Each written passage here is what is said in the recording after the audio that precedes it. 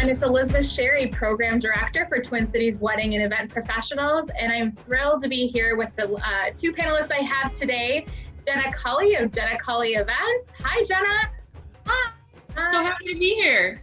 Oh, we're so excited to have you. And then we also have Matthew Sherry of Complete Weddings and Events. Hey, everybody. Thanks for having me. Thanks, Liz. It's so great to have you both here because, in my opinion, you're experts in your profession and your field. So it's just so exciting to have you here. And of course, I may be a little bit biased because Matt is my brother-in-law. You probably saw the Sherry name. So I'm going to just acknowledge that from the beginning. And then Jenna, we've known each other for 6-7 years. Yeah, it's been a long time. And you know, it's funny, when you say expert, it's like, yeah, in event planning, but right now I feel like who's an expert in this? If anyone is, it's you two. Like, I'm just going to identify you guys as that right now. Perfect. So let me start with you, Jenna. Like, just give us an update on how are you and is your business doing right now? Yeah, I mean, it's been an interesting year. We're doing okay. We've had to postpone almost every wedding that we had up until this point through August. We have one in August and then a few in the fall. But yeah, we've had to postpone or cancel every event. Most have postponed, which is a good and a bad thing because, you know, now we're looking at next year and I literally have a huge calendar trying to, you know, piece together what that's going to look like for me and my staff. So it's been interesting for sure, but we're doing good and we're just kind of reevaluating different things, how we're going to move forward and what we're going to do. Great. Good to hear you're doing well and your calendar is filling up for next year. That's exciting to hear. And Matt, how about you? How's Complete doing? We're actually in a pretty good position at the moment, considering everything. Like Jenna said, every event we had in April and May was either postponed or canceled. A lot of June, I would say 80 to 85% of June as postponed or canceled. July's kind of holding on. I got some brides that are like, we can do it. So I'm pretty excited. I mean, I know that things are opening up or starting to open up now, even though it's pretty slow in our industry. But you know, I guess we're going to adapt, and I don't necessarily think it's going to last forever. But there's some different things that we need to pay attention to, and just make sure we're ready when that business does come back and in a good position to take care of people. Great, good to hear. And as far as filling this time up until now having events, Matt, do you feel that your company has retooled? And if you have, what's been successful in that retooling? Yeah, in some, I mean, so we're a multi-system operator. We're a multi-service operator, really. So we do photography and video. We also do DJ, photo booth, lighting, you know, some coordination too. And so different aspects have had to change in different areas, right? I'd say the biggest changes are in sort of photo booth and DJ and the entertainment areas. Some stuff with film, but it hasn't really changed. I mean, film is more kind of, we've made ourselves advance ourselves in film because there's just an opportunity for a lot of the events where a lot of people can't attend at the moment. So we're retooling in that way, but we've done a lot of really great things, especially on the DJ and, you know, just kind of focusing more on different entertainment ideas like games and trivia and, you know, different kinds of entertainment icebreakers. There's some issues about dancing that are going around too. So we're kind of planning lots of spread out line dancing, things like that we can probably get away with. So we're doing our best. Oh, I'm excited to see the Macarena in that form because I don't think that's going to change too much. Yeah, whole room doing the Macarena. Yeah, there you go. And Jenna, what about you? I mean, how are you staying innovative and retooling during this fill-in time between?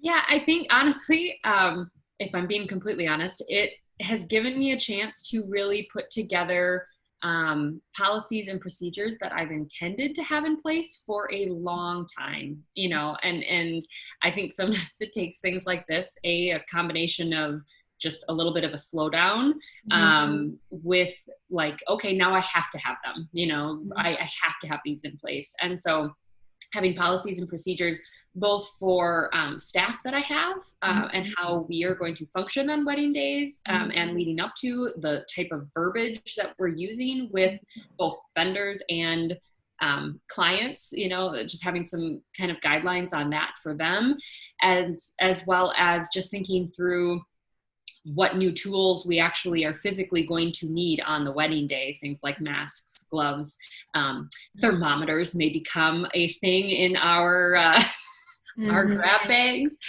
which I never thought would be a tool I needed on a wedding day. So it's just been kind of evaluating a lot of those types of things, and actually implementing ideas that I've had in my head forever. Like, oh, I really need to put that into, you know, our policies and things, and now finally doing it. So it might be a positive side effect of all of this. You know, taking that breath and thinking forward about what is going to be a problem, or things that you, like you said, bucket list. I've always wanted to add that. You know, that's so important to do, because I think as wedding professionals, we all just tread, you know, water, and we just hope that we can take a breath come Thanksgiving. So I think it's kind of nice to be able to take a breath right now and really analyze while we're immersed into what the season looks like. So, well, good to hear on that. Now, Jenna, I am so curious about what is the new normal for wedding planners and event planners too, if you want to speak to that. But what is your day-to-day going to look like, either leading up into an event and even on day of? Yeah, it's going to be a little different. I think, I don't know about a lot of other planners, but number one, I'm a hugger, right?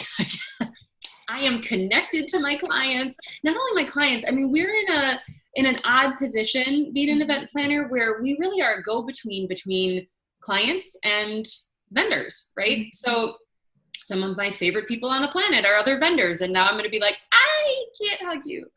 You know? But also with our clients, we've been with a lot of them from day one all the way through to their wedding day. And so to have them walk back down that aisle, one of my favorite moments is usually I'm the first hug, right? Like they walk back to me and I hug them and all that. So it's just kind of thinking through some of that, of like elbows, like, yay, it just got married. That sounds so weird. But I think it's also, you know, right now we're waiting through, as planners, we're waiting through like what our role is according to government restrictions and stuff. Like, are we having to take temperatures of people? Are we having to enforce social distancing? Just what is our new role that day of? And I think a lot of event planners don't want that position of having to enforce a lot of that. So I think we're waiting on guidelines of what is our role according to them. But other than that, I mean, new norm leading up to the day is just thinking through plan A, plan B, planning around all of these unknowns. And also a measuring tape is now my best friend, set on 6 feet of distance. Just thinking through like, what are those 6 foot squares that we have to kind of keep people in. So yeah, a lot has changed. Oh, goodness. And I think of wedding planners, and I'm sure many of us have witnessed wedding planners on a day-to-day, and you guys are running around and you're talking to this person. So you are engaging with more than just the couple. You're engaging with the wedding party. You're engaging with VIPs of that group. So I'm curious, like I think of you bustling a bride's dress. Like, what is that going to look like now? Yeah. Well, you know, I know we talked about this a little bit before we started, but the good thing is we're behind the bride in that scenario, right? So it's not like we're right here and there's an immediate sneeze possibility. So we are underneath, but I mean, it's going to be masks and gloves and, you know, just sanitizing after the fact. I've got a lovely little spray that I, you know,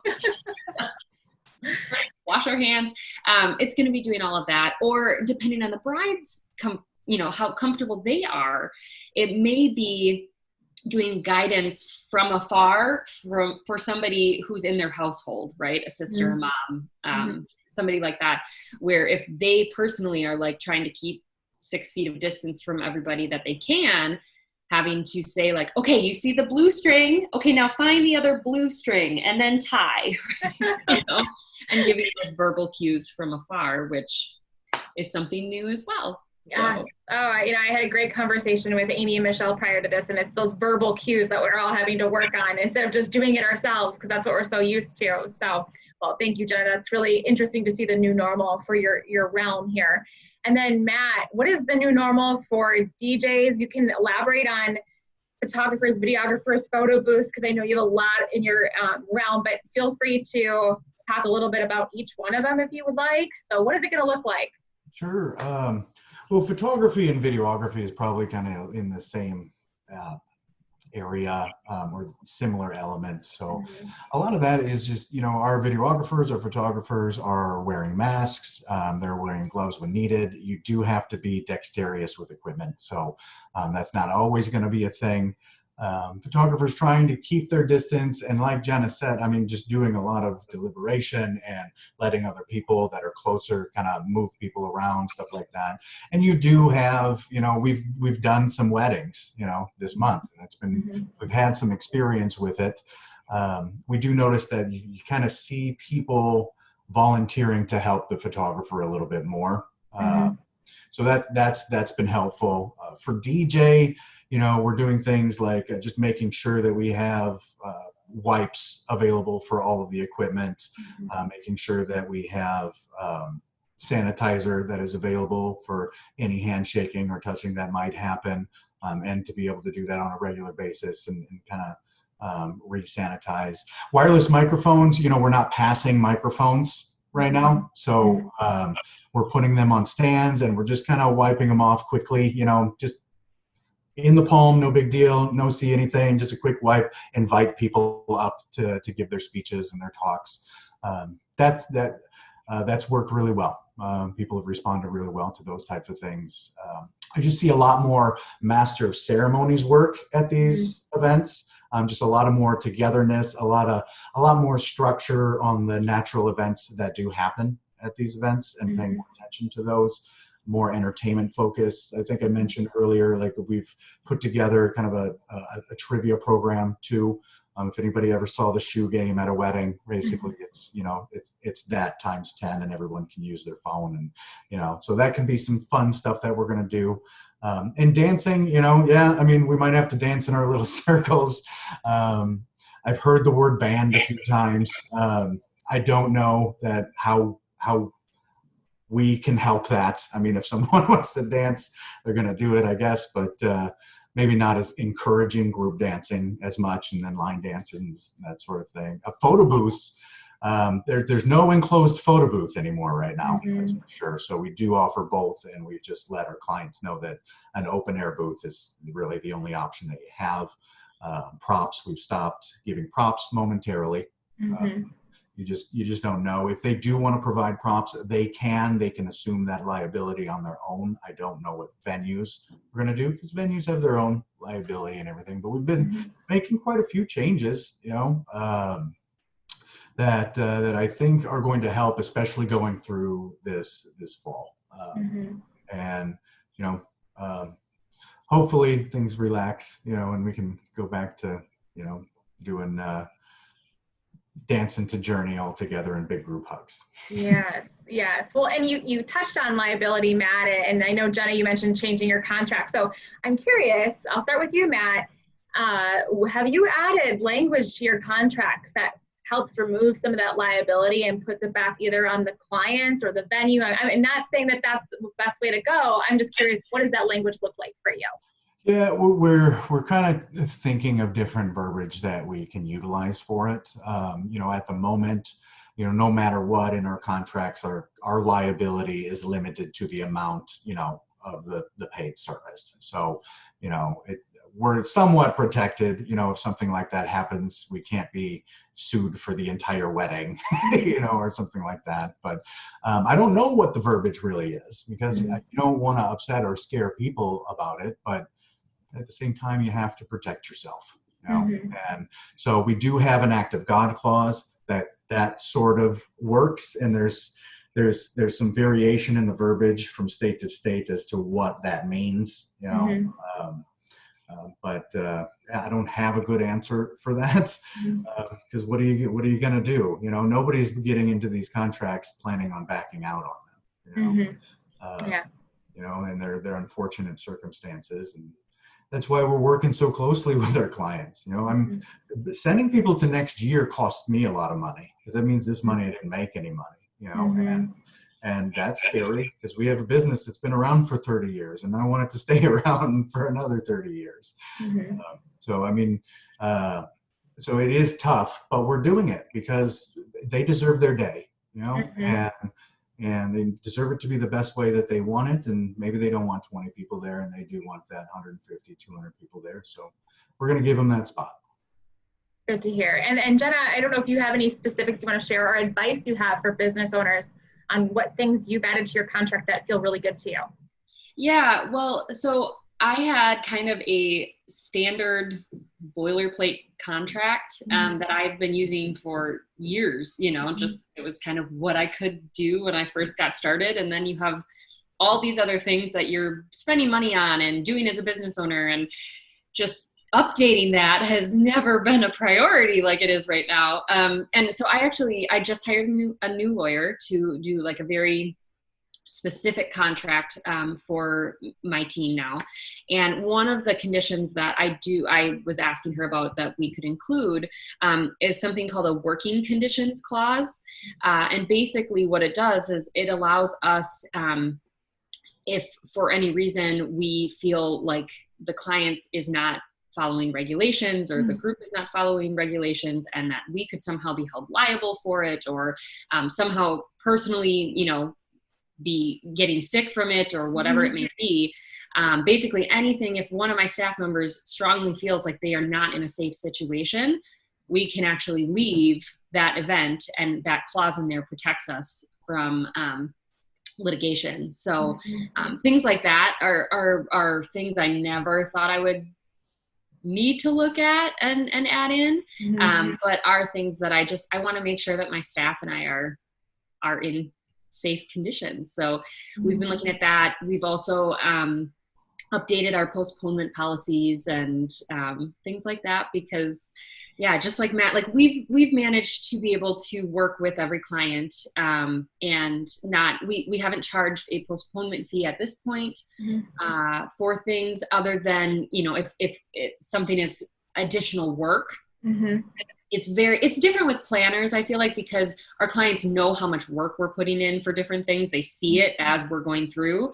And so if they postpone, I've been saying, like, I will tell you if there are additional hours with all of the changing over of vendors and whatnot.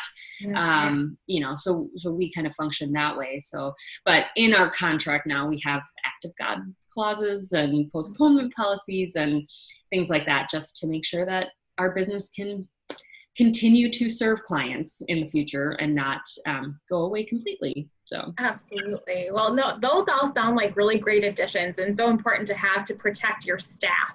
I think that's something that in this, you carry almost double liability in it for you as business owners. Both of you manage a team. So I think, and I feel for you guys, because sometimes you're putting a rock in a hard place on that, but those contract terms, I think, then make it a little bit easier. So, Jenna, my next question goes to you, because I know you're such a great forward thinker. So now having to go through 2020, and this year would be, what would be the best word? This year would be wasted, and I hate to say it like this, if we all didn't emerge from this better people. So what do you think these next 5 years are going to bring for you? Maybe you have to just kind of put your fortune teller hat, as I said in the last one, on. It's like, what is the next 5 years going to look like for you? Do you feel confident you can grow your business, or you want to keep it the same? Just very curious to hear what you have going on. Yeah, no, it's brought up a lot within that. And thinking, how do you pandemic proof yourself, you know, and you can't to some degree, right? Like it's, I mean, life is going to happen. But for me, the things that I've been looking at are things like online services that we could offer, you know, whether it's a consult where I'm just helping people kind of design their timeline, or, you know, if they're starting to plan, what are the things they should look at? And is that a service that I could sell? I can sell it no matter what's going on, right? More of a in-person or a Zoom call contract kind of thing, where it would just be an hourly rate and people can book that time with me. So looking at things like that, also looking at some online course type things that brides and grooms could buy from me, whether they want to work with me or not, but just different aspects of the wedding that they're like, oh, we really are stuck here, or, you know, an overall wedding planning course that they could purchase in an online forum. So thinking business-wise for some of those things, I've also had in my head to possibly expand to other cities. And that honestly has progressed even more with all of this, because, you know, one state things are going really bad and, you know, you just don't know, but other states things are loosening up and are totally fine. And so having that, in a way, risk mitigated across the country, is good and bad, right? You have to learn all of the protocols and all of the regulations and all the cities, but having that has been a thought. And then for me personally, it's looking at diversifying. I've had another business. I have a network marketing business too. And if I hadn't had that income coming in during all of this, it would have been a completely different story for me, during this time. So I've always heard, only stick with one business and, you know, put all of your eggs into one basket. And I've never been able to do that. I've always had these two things. And this year, all of a sudden I was like, well, now I know why, you know, 'cause that's been great. So I think it's looking at those things as business owners and saying like, how can I change the services that I offer to be in a more online format, but also how can I diversify our own portfolio so that we're protected no matter what happens. That's great points. Wow. And just so cool to hear about how you're almost growing your business outside of what you normally do. Like the education, that is so neat. I mean, I remember planning my wedding, and thank goodness I knew vendors, because I don't know how anyone else does it. So of course with the planner. Right. And Matt, how about you? What's in the future for Complete? I mean, you guys are a franchise of multi cities and states, which is helpful, but I'm kind of curious, big picture for you as Minnesota goes, and then even for Complete as a whole nation. Oh, well, I mean, for us locally, I mean, we're always looking just to do the best that we can. We're looking to grow. We think this year might actually, not this year necessarily, but next year might be a very great opportunity for growth, because a certain amount of business is already booked, and we can move on top of that. And that's a great opportunity for us to hire more people and change more lives that way too. Something I'm excited about, which I think is fairly temporary, is, you know, these guidelines and restrictions we're going to have for the next, you know, this season and maybe part of the next season, is that it's giving us the opportunity to really think outside the box and add some new services that could be very marketable and very exciting going forward, you know. So, you know, with the trivia and just with different icebreaker interaction ideas, there's a lot of things that we see with streamlining film and being able to actually do good production with streamlining ceremonies and conventions and things like that. There's some things we've developed that I think are going to help us in the future as add-on services, you know. And I still believe it. I believe in my heart that, you know, what's happening is terrible and we need to be careful. But it's not going to last forever. And so this isn't, you know, we're not going to be talking about wearing masks, you know, a year and a half from now. If we are, we have much bigger issues, you know. So I'm hoping, you know, and I'm looking forward and I'm being positive that things will actually go to a much larger resemblance of normal than we think at the moment that it will, you know. And So we're prepared for that, and we'll be prepared in the future if that does happen.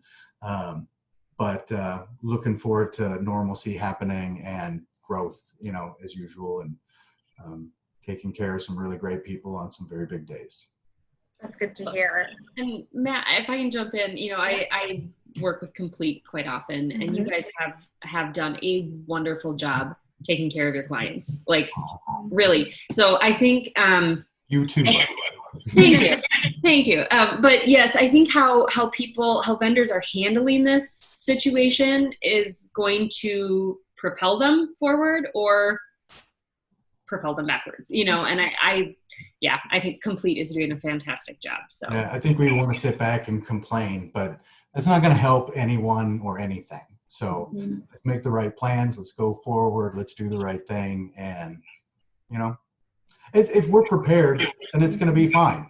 So let's be prepared. And if everything is fine, then we're super prepared, and, watch all of us be incredibly successful because of it. Great to hear. And a lot of our audience is vendors, so we're speaking to them. But in case those audience members that are engaged or are going to be couples themselves here soon with an upcoming wedding, I'm just curious if you guys have anything you want to say directly to them, because what I'm hearing right now, and I don't want to take words out of your guys' mouth, is that you're willing to work with them. Like, you're human, they're human. You really want to make sure their wedding day is spectacular, with making people are safe. So you guys have any words of wisdom for, couples that might be listening? Yeah. I actually had, I had clients that about a week and a half ago, maybe 2 weeks ago, contacted me and just said they're more day of. So they're handling a lot of the vendor communication themselves.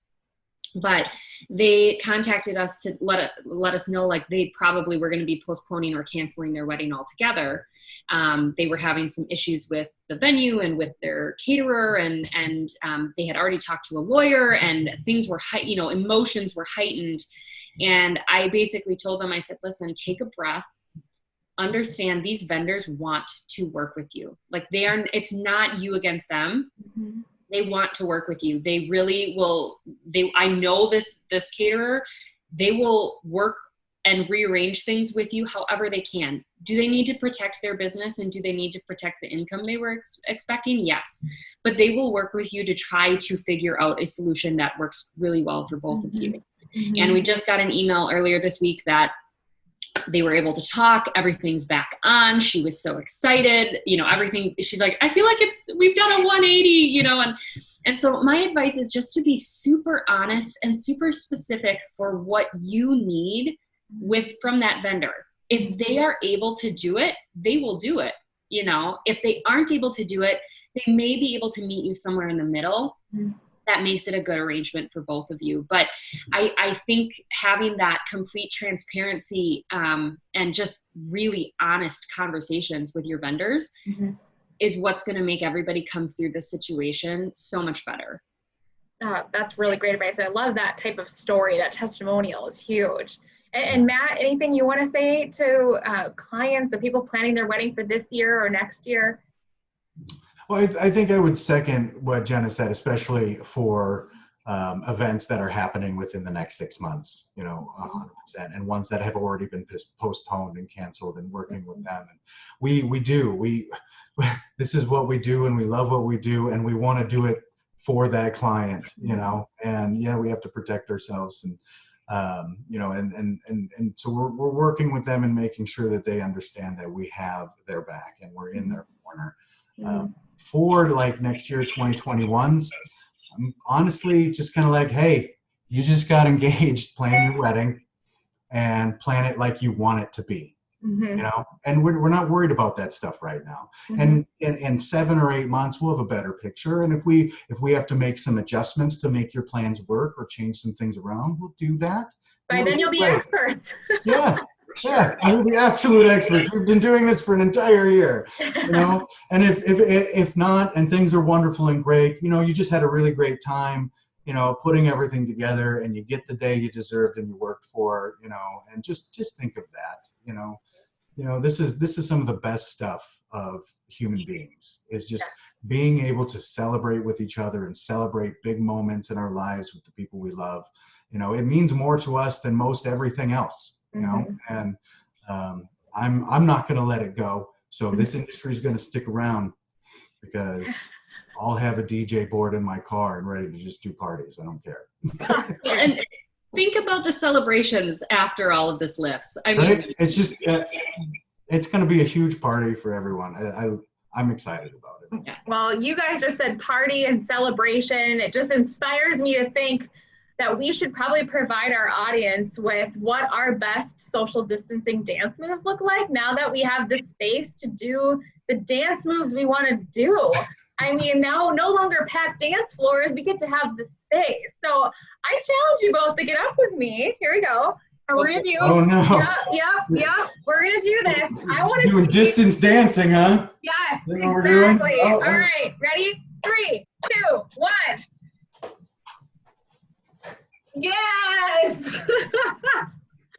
And that is how we're gonna get together again and have events again. Now that our heart rate's up and our hair is a little tousled, I'm gonna say goodbye to our audience. Thank you, Jenna and Matt, for being our special panelists today. It's been so great chatting with you, and to our audience listening, thank you so much for tuning in to our 3rd edition of our Collab Lab virtual. So thank you again, Matt and Jenna. We are excited to see what comes out from your guys' businesses here soon. Everyone have a good day. Thanks so much. Bye, everyone. Bye. Yeah, till next time. Till next time.